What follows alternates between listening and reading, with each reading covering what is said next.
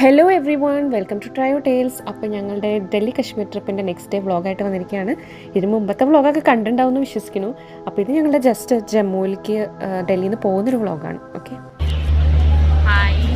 ഞങ്ങളങ്ങനെ ജമ്മുവിലേക്ക് പോകാനായിട്ട് ട്രെയിനിൻ്റെ പ്ലാറ്റ്ഫോമിൽ നിൽക്കാണ്. ഓടിപ്പടങ്ങാൻ വന്നത് അത്. അപ്പോൾ ഞങ്ങൾ റിസ്ക് എടുക്കാനൊന്നുമില്ല. കൂലിയെ കൊണ്ട് ഞങ്ങളെ കറക്റ്റ് സ്ഥലത്തേക്ക് ഞങ്ങൾ കൊണ്ടുവന്നു. അപ്പോൾ കറക്റ്റാണെന്ന് ഞങ്ങൾ വിചാരിക്കുന്നു. ട്രെയിൻ വരട്ടെ അല്ലേ. ട്രെയിൻ കയറിയിട്ട് ഞാൻ ജമ്മു എത്തിയിട്ടൊക്കെ അപ്ഡേറ്റ് തരാം. ട്രെയിൻ യാത്രയുടെ ഇടയിൽ ഞങ്ങൾ കുറച്ച് മലയാളീസിനൊക്കെ പരിചയപ്പെട്ടു. പക്ഷേ അപ്പം വ്ളോഗ് ചെയ്യാൻ പറ്റിയില്ല.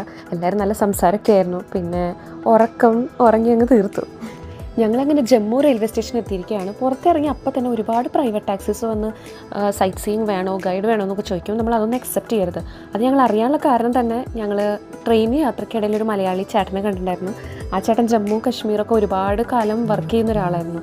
അപ്പം ആൾ പറഞ്ഞതുകൊണ്ടാണ് ഞങ്ങളത് അക്സെപ്റ്റ് ചെയ്യാതെ ഞങ്ങൾ ആൾ പറഞ്ഞ പോലെയൊക്കെ ചെയ്തത്. പുറത്തുനിന്ന് ഗവൺമെൻറ് അപ്രൂവ്ഡ് ആയിട്ടുള്ള കുറേ ടാക്സീസ് ഉണ്ടാകും, അത് മാത്രം യൂസ് ചെയ്യാം.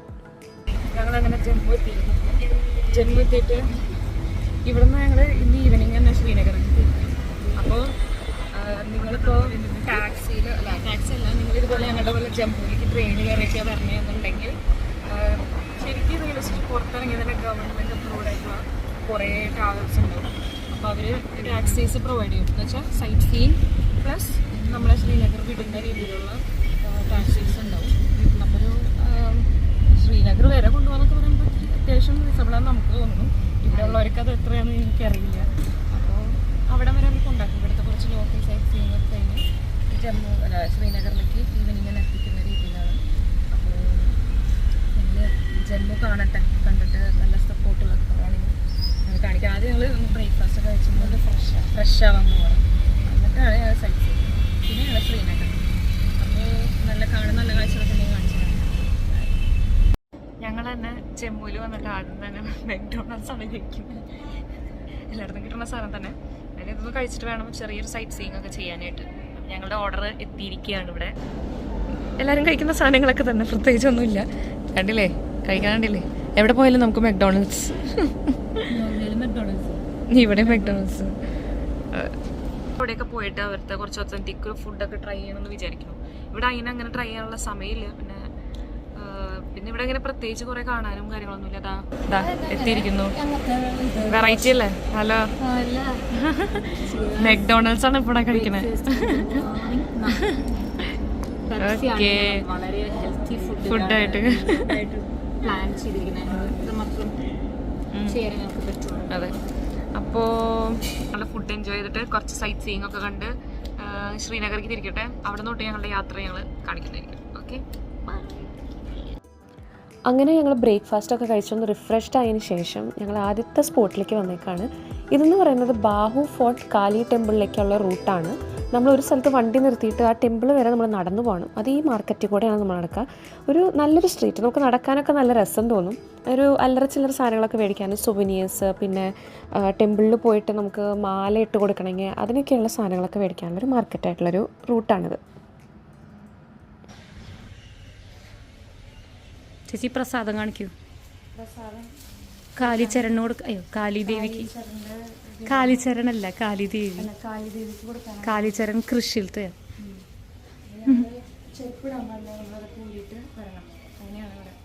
ഒരു മറ്റൂടെ ഉണ്ട്. ബാഹു ഫോർട്ട്, ബ്രീഫ് ഹിസ്റ്ററി. അപ്പൊ ഇവിടെ ലാസ്റ്റ് ആണ്. ഇത് കഴിഞ്ഞിട്ട് അതിന്റെ എക്സ്പീരിയൻസ് പറയാം. അങ്ങനെ ആ സ്പോട്ട് കഴിഞ്ഞ് നമ്മൾ നെക്സ്റ്റ് സ്പോട്ടിൽ പോകുന്ന വഴിയാണ്. ജമ്മുവിലത്തെ ഒരു വെതർ എന്ന് പറഞ്ഞാൽ നമ്മൾ തണുപ്പായിരിക്കും വിചാരിച്ച് ഇത്തിരി കട്ടിയുള്ള സാധനങ്ങളൊക്കെ കൊണ്ടുപോയി. പക്ഷെ അവിടെ നല്ല ചൂടായിരുന്നു. ഹ്യൂമിഡിറ്റി അല്ല, നല്ല പൊള്ളുന്ന ചൂട്. അങ്ങനെ തണുപ്പൊന്നുമില്ലായിരുന്നു.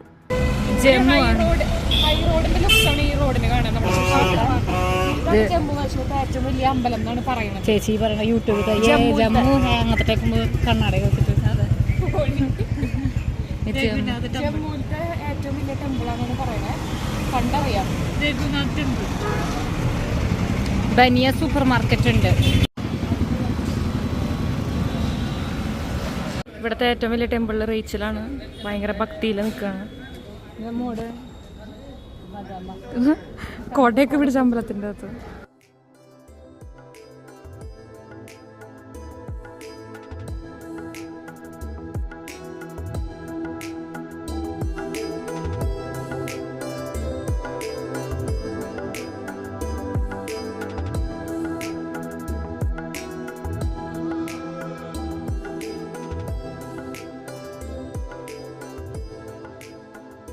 വിത്ത് ടെമ്പിൾസ് എന്നാണ് പറയണത്. ജമ്മു സറൗണ്ടഡ് വിത്ത് ടെമ്പിൾസ്. ഏറ്റവും വലിയ ടെമ്പിൾ എന്നാണ്, അല്ല കാശ്മീർ അല്ല, ജമ്മുവിലത്തെ ഏറ്റവും വലിയ എന്നാണ് ഞങ്ങളുടെ ഗൈഡ് പറഞ്ഞത്. But I don't know how much. കുറെ ചെറിയ ചെറിയ മന്ദിരങ്ങളുണ്ട്. ഇതെന്താ രഘുനാഥ് ടെമ്പിളാണ്? ഇതിന്റെ അകത്ത് തന്നെ പല ദേവന്മാരെ പൂജിക്കാനുള്ള ടെമ്പിൾസ് ഉണ്ട്. ഞങ്ങൾ നിങ്ങൾക്ക് ജസ്റ്റ് ഇതൊന്ന് കാണിച്ചു തരുന്നത്. പല പല കുഞ്ഞു കുഞ്ഞ ചോട്ട അമ്പലംസ് കാണാൻ.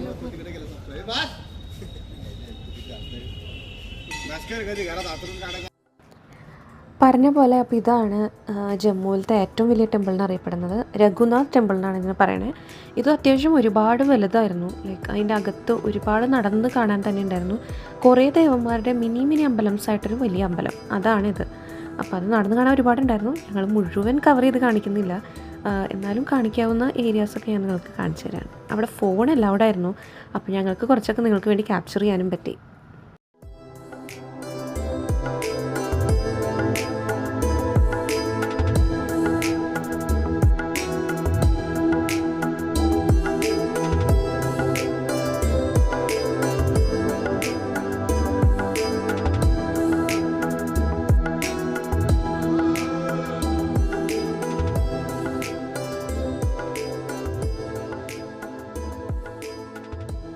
എനിക്കതുപോലെ ഒരു ഫീലിംഗ് ഉണ്ട്.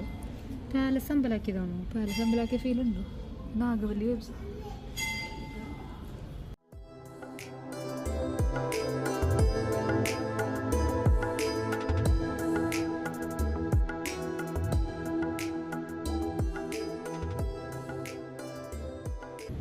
അതിവിടുത്തെ രാജാവായിരുന്നു ശ്രീ രാം മഹാരാജ ധീരാജ് रणवीर सिंह जी है. അങ്ങനെ ഈ ടെമ്പിളിൽ പോയി കഴിഞ്ഞാൽ നമുക്കൊരു തീർത്ഥാടനത്തിന് പോയ ഫീലാണ്. കാരണം ഇവിടെ എല്ലാ ദേവന്മാരുടെയും അമ്പലം ഇതിനകത്ത് തന്നെയുണ്ട്. അപ്പം അതൊക്കെ ഞങ്ങൾ കണ്ടു. പിന്നെ ഞങ്ങൾക്ക് ജമ്മുവിൽ അങ്ങനെ പ്രത്യേകിച്ച് കാണാനൊന്നും ഇല്ലായിരുന്നു. പിന്നെയും കുറേ ടെമ്പിൾസ് തന്നെയായിരുന്നു. അപ്പം ഞങ്ങൾ നേരെ ശ്രീനഗറിലേക്ക് വിടാൻ പറഞ്ഞു ടാക്സിക്കാരോട്. അപ്പം ഞങ്ങൾ ഓൺ ദ വേ പോയോണ്ടിരിക്കുകയാണ്.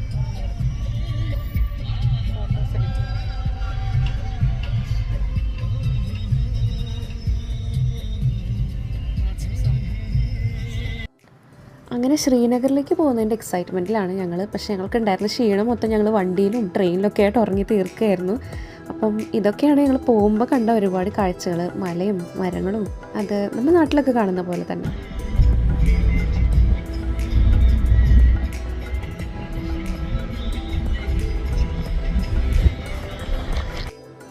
ജമ്മുവിന് ശ്രീനഗർ പോകുന്ന വഴിക്ക് നമുക്ക് ഓൾമോസ്റ്റ് ഒരു 3 ടണൽസോളുണ്ട്. അതിലൊരെണ്ണം വളരെ ലോങ് ആയിരുന്നു. അവിടേക്ക് നമ്മൾ എത്താൻ പോകുന്നുള്ളൂ. ഇതാണ് ഫസ്റ്റ് ടണൽ.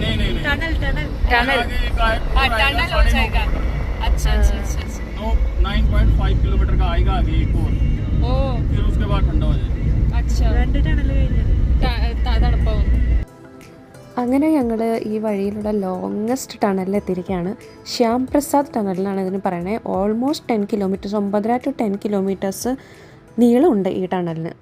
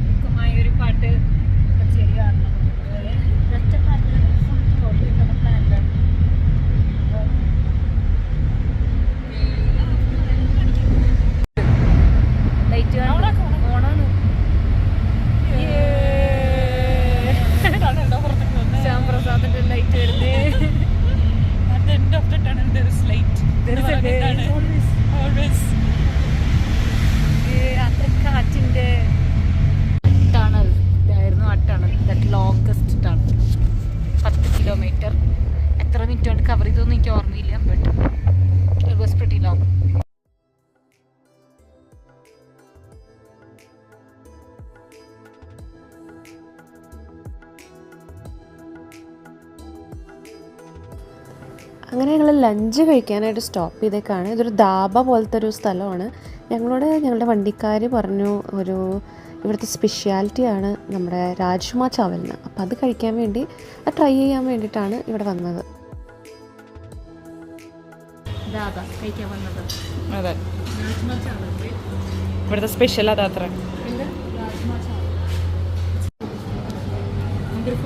നമ്മൾ ധാബയിലെത്തിയിരിക്കുന്നു രാജ്മ ചാവൽ കഴിക്കാൻ. രാജ്മ ചാവലാണ് ഇവിടുത്തെ സ്പെഷ്യാലിറ്റി. അത് കഴിക്കാനാണ്. എങ്ങനെയുണ്ടെന്ന് നോക്കാം. സ്പെഷ്യൽ ഒരെണ്ണം മതി. അധികം ഇഷ്ടമാത്തതുകൊണ്ട് നമുക്ക് ഒരെണ്ണം വെച്ച് അഡ്ജസ്റ്റ് ചെയ്യാം. ഇതാണ് ഇവിടുത്തെ special rajma chawal and some chutney. ഇതെന്താന്ന് ചോദിക്കണം. ഒനിയൻ കഴിക്കും.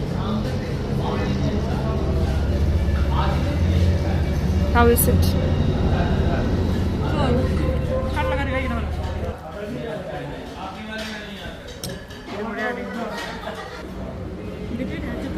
Rajma chawal is rice. രാജ്മ എന്ന് പറയുന്നത് കിഡ്നി ബീൻ.